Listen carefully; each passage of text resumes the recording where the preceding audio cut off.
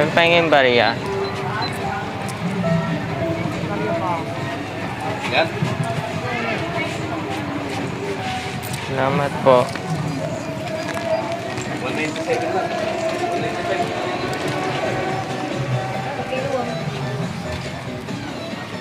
195. Yung pahingin pong bariya. 197 na to.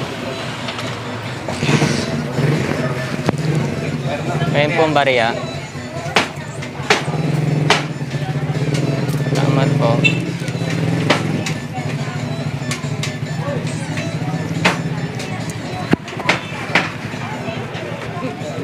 Magkano po yung isda nyo? Tilapia. Bili ka ba ng tilapia?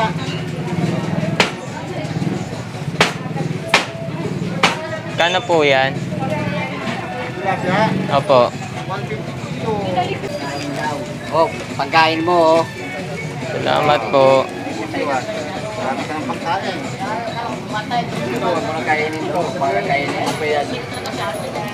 Isa lang. Sige po. Tama na bumalik sa'yo para bukas yung ano naman. Takot naman. Ganyan mga turista, nagdatingan na eh. Bilisan mo na ha.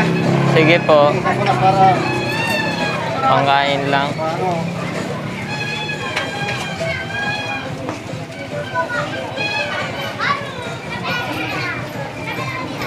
Parang padre kasi ay.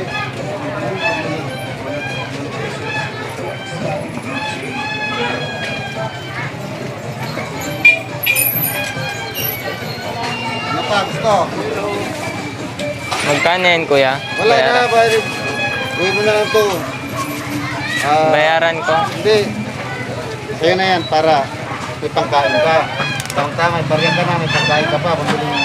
Bait nyo naman, kuya. Ha? Ang bait nyo. Welcome. Bayaran ko na lang po. Hindi, sige na. Sige na, okay na. Sa'yo na yan. Para ano. Yan lang, wala na. Sa tilapia lang. Pwede pa po ba isa pa? Ay, isa pa. Bibigyan pa kitang isa. Kulang kasi sa amin. Ilan pa kayo? 3 po magkapatid. Hati-hati. Hati-hati na lang po namin. Pa, pangalawa na to. Tapos may barya pa.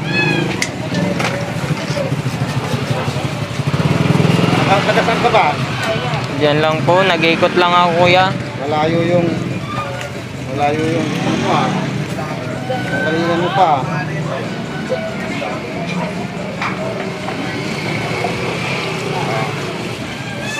Doblehin natin. Doble nyo na. Sabi nyo sa ako mo, baka malaglag.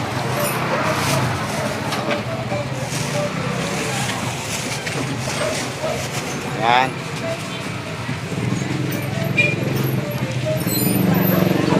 Bili na lang ako candy, kuya. Yung candy na eh. Candy na dyan. Candy po. Candy. Dito ka nagawin. 16 pa lang po. Ayun ah. Kasi, Kano, te? sa bahay ko eh. Sa'yo na yan. Sa'yo na yan. Hindi ko na kaya po. May pera naman po. Hindi na, sa'yo na yan. Ang bait nyo naman po sa akin. Oy! Salamat, Sa'yo yan ah. ate. Sa'yo lang yan. Oo, sa akin lang yan. Palain po kayo. Bless din. Ba, isda nyo ah.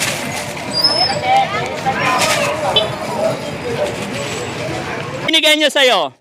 Ilan? Ano? Dalawang tilapia. Dalawang tilapia. May candy pa. May candy pa. Ang galing naman. So, dahil diyan sir, bibigyan kita ng... Ayan.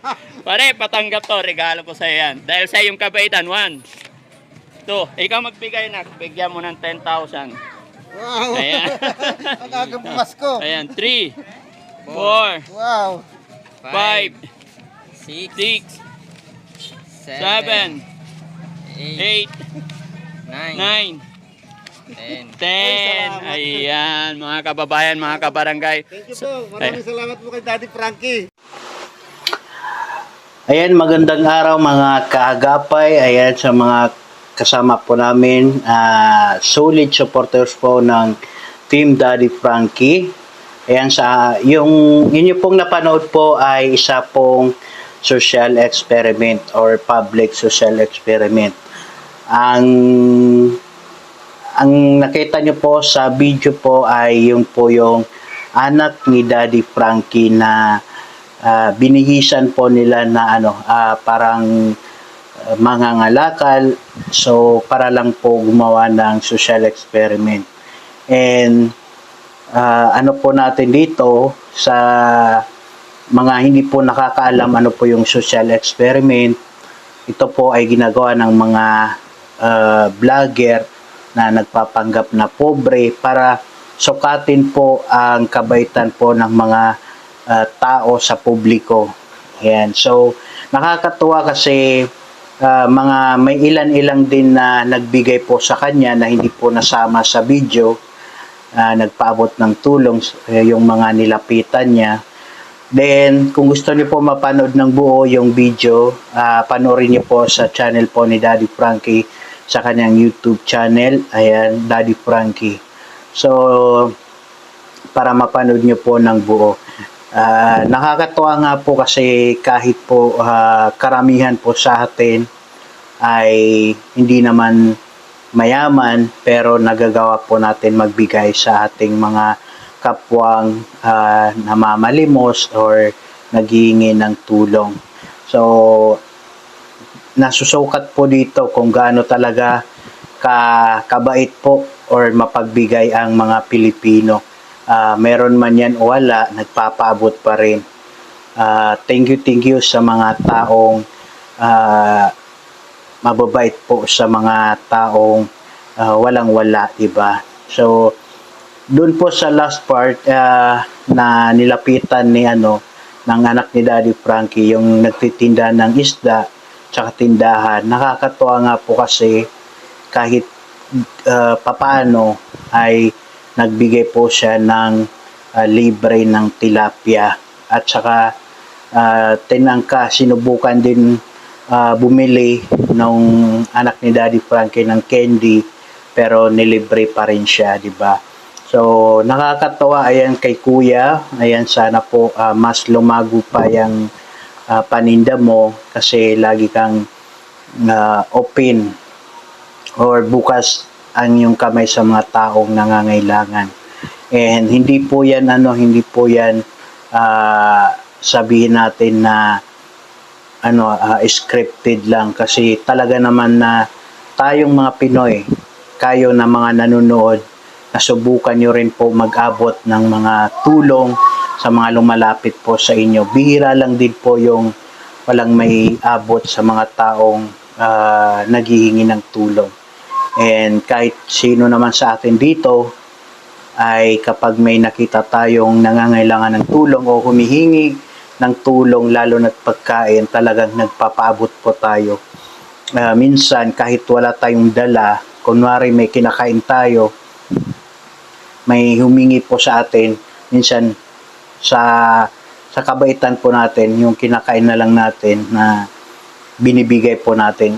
Kahit sa akin po karanasan, marami na akong nabigyan ng mga pagkain na yun bang hindi ko kakainin or hindi ko kinain, ibibigay ko na lang po sa nangangailangan. Kaya minsan pag may mga napuntahan ako na mga handaan, tapos nagti-take out ako or may binili ako na pagkain, tapos meron namang sobra, pag may nadadaanan po ako, talagang nagpapaabot po ako sa mga nandyan sa mga tabi-tabi. Ayan. Huwag po tayong maging madamot sa mga kapwa po natin, kasi kumbaga mahirap na tayo, pero mas may mahirap po sa atin na mas nangangailangan ng tulong po sa atin. Pasalamat din po tayo na may mga sarili tayong bahay, may nakakakain tayo ng 3 bisis sa isang araw, minsan 2 bisis sa isang araw, pero mayroon pa rin mga tao na minsan hindi na makain ng kanin sa isang araw. Minsan 2 araw hindi pa yan nakakakain. Ang sarap po sa pakiramdam po na kapag may nilapitan po tayo na nagbigay po sa atin. And kahit maliit po na bagay yun, akala natin maliit po yun na naibigay natin sa kanila, pero sa kanila napakalaking tulong po yun. And siyempre, minsan 'di ba nararanasan din po natin na walang-wala tayo, na tapos may tumulong sa atin, 'di ba? Hindi natin 'yun nakakalimutan. Yan. Ako ilang beses ko na rin naranasan yung minsan nasa isang lugar ako sa may Iligan City, hindi ako natuloy na papuntang Cebu. Ang problema, naubos ko yung pera ko. Yung talagang gabi na yon, wala ako, 1 peso lang yung natira sa pera ko. Problema ko, paano ako babalik sa Marawi City. Pero sa awa ng Diyos, may nakasalubong akong babae na sinabay naman ako sa pabalik. Yun, pinasakay din ako na nilibre ako, di ba? So, yung tao na yun hanggang ngayon, pag naisip ko yun, nagpapasalamat ako sa kanya sa pagtulong niya po sa akin, kasi yung gabi na yun talaga, halos maiyak-iyak po ako kasi wala talaga akong pamasahe pabalik. So, hindi ko naman ma-refund doon yung ticket na binili ko kasi hindi ko binili doon sa Iligan, which is doon ko binili sa Marawi.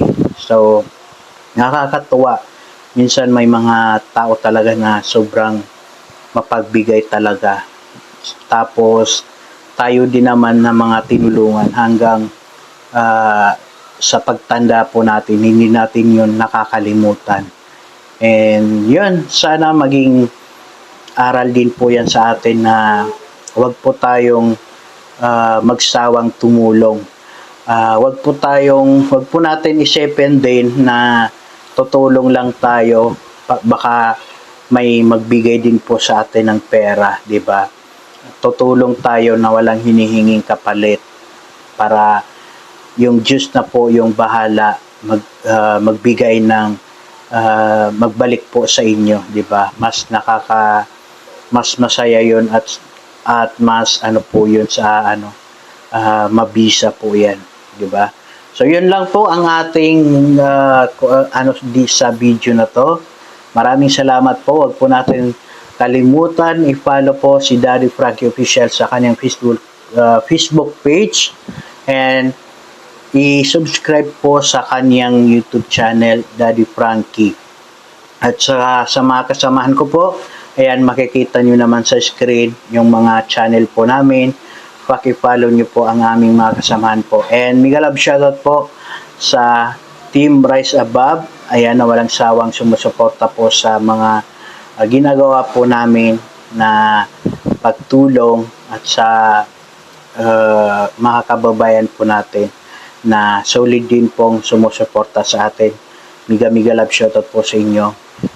Advance Merry Christmas. Ayan, lagi po natin tatandaan na ang Diyos na po ang bahala sa mga ginagawa po natin na kabutihan sa ating mga kapwa.